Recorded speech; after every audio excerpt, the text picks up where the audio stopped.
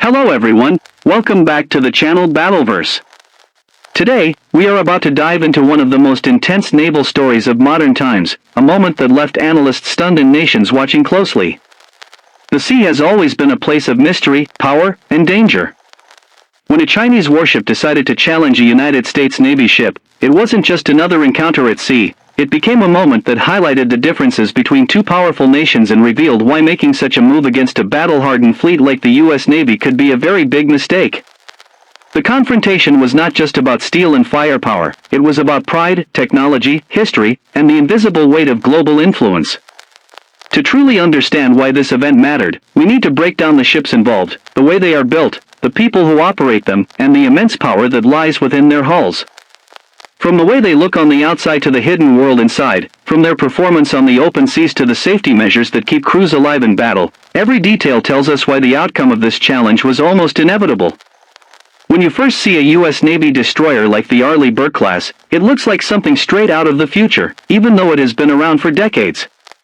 Its sleek design, sharp angles, and carefully calculated radar profile show you right away that this ship is not meant to be a target. It is meant to be a ghost, something that appears and disappears from enemy sensors in an instant. The American approach to ship design has always been about giving sailors an edge before the first missile is even fired.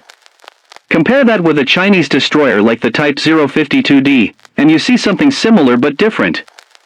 The Chinese ship looks modern, almost like a cousin of the American design, but naval experts often point out that while it looks the part, the real test is what happens when those ships are pushed to the limit under fire, something the U.S. Navy has done repeatedly for decades while China is only beginning to experience.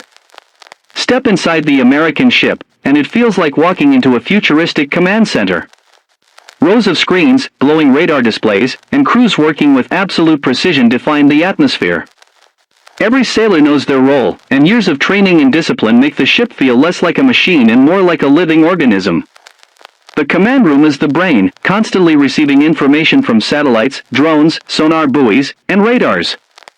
The hallways are narrow, the sleeping quarters modest, but everything is optimized for survival, comfort during long deployments, and efficiency during combat. On the Chinese ship, the interiors are newer, cleaner, and designed with a similar style, but the difference lies in the unseen details. The Americans have refined these interiors for over 70 years of global deployments, while China is still shaping its doctrine. The difference may seem small to the untrained eye, but in a real clash, these small differences decide whether a missile is intercepted in time or not. Performance is where things become even clearer. The U.S. Navy destroyers move through the ocean like predators. With speeds over 30 knots and advanced propulsion systems, they are capable of striking fast and repositioning before an enemy even reacts. Their arsenal is terrifying. Tomahawk cruise missiles that can strike targets hundreds of miles inland with pinpoint accuracy, SM-6 missiles that can take down aircraft and even ballistic threats, and torpedoes designed to hunt submarines in the deep ocean. Layered defenses mean that a single U.S. destroyer can fight off multiple types of threats at once, creating a shield not only for itself but for any fleet it protects. China's ships, while heavily armed with modern missiles, still lack the combat-tested integration of systems. Their weapons are powerful, but the ability to coordinate and sustain them under real battlefield pressure is something the U.S. has mastered over countless missions, from the Persian Gulf to the South China Sea. Safety is a word that often sounds small compared to missiles and guns, but in naval warfare, safety features often determine survival. U.S. Navy ships are built like fortresses within fortresses. Fire suppression systems are automated and redundant, watertight compartments can isolate damage, and emergency drills are conducted so frequently that sailors respond almost by instinct when disaster strikes. During conflicts in the past, U.S. ships have survived hits that would have sunk less prepared vessels, all because of how well safety is woven into the design and training. Chinese ships have modern systems too, but without the years of combat-tested improvements, no one knows how they would hold up in a prolonged real war scenario. What makes the U.S. ships truly unique is not just their technology, but their role as symbols of global power. Each ship is a floating piece of American foreign policy, capable of appearing in any ocean, at any time, ready to defend allies, project strength, or deliver devastating strikes.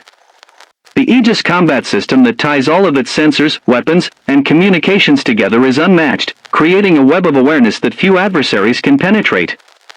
This level of integration is the crown jewel of the U.S. Navy, and it allows a destroyer not just to act alone, but to fight as part of a larger, unstoppable force.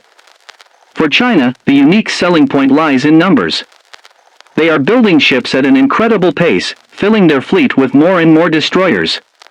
But numbers alone cannot replace the layers of experience, doctrine, and alliances that the United States Navy brings with it. When it comes to cost, the American ships are breathtakingly expensive. Building a single Arleigh Burke-class destroyer costs nearly $2 billion, with hundreds of millions more needed for maintenance and upgrades throughout its lifetime. But this cost buys a ship that can serve for decades, constantly upgraded with new systems and technologies. China builds its ships for less, a strategy that allows them to expand quickly, but cheaper does not always mean better.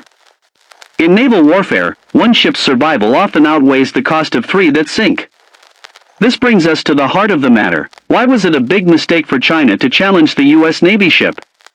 Because it wasn't just about two vessels meeting on the high seas. It was about history colliding with ambition. The United States Navy has been operating across every ocean, fighting wars, supporting allies, and mastering every aspect of naval warfare for over a century. Every rivet, every radar, every procedure on board those ships carries the weight of that history. China is rapidly rising, but its Navy is still young in terms of real experience. Challenging an American destroyer means stepping into the ring with an opponent who has fought 100 battles while you are still shadowboxing. The incident served as a reminder to the world. Yes, China is growing more confident, more aggressive, and more willing to test the boundaries of American power, but the U.S. Navy's dominance is not built on fear, it is built on proven strength. The seas are unforgiving, and they expose weaknesses quickly. A single mistake in judgment, a miscalculation in timing, or an overestimation of one's own power can turn a bold move into a costly embarrassment. That is why this challenge, rather than showing strength, revealed the dangerous gamble of underestimating the most powerful navy the world has ever seen. As the waves crashed against the hulls and the world's eyes turned toward the confrontation, one thing became clear: the ocean does not forgive arrogance. The U.S. Navy ship, with its silent confidence, represented more than firepower. It represented decades of lessons learned the hard way, sacrifices made in wars past, and a level of readiness that cannot be copied overnight. China's attempt to challenge that presence might have made headlines, but in reality, it only underscored how far there is still to go before any nation can truly rival the might of America's naval forces. So, the next time you hear about a standoff at sea, remember this story. Remember how appearances can deceive, how technology alone is not enough, and how history and experience are sometimes the most powerful weapons of all. Because in the end, on the open ocean, where mistakes are magnified and courage is tested, choosing to challenge the wrong ship is not just risky, it is the kind of mistake that can echo across the world. And that's where this story leaves us, with a lesson written not just in the steel of ships, but in the waves of the sea itself. Thank you for watching, and if you found this deep dive into naval power fascinating, make sure to like, share, and subscribe to Battleverse for more stories from the front lines of global military power.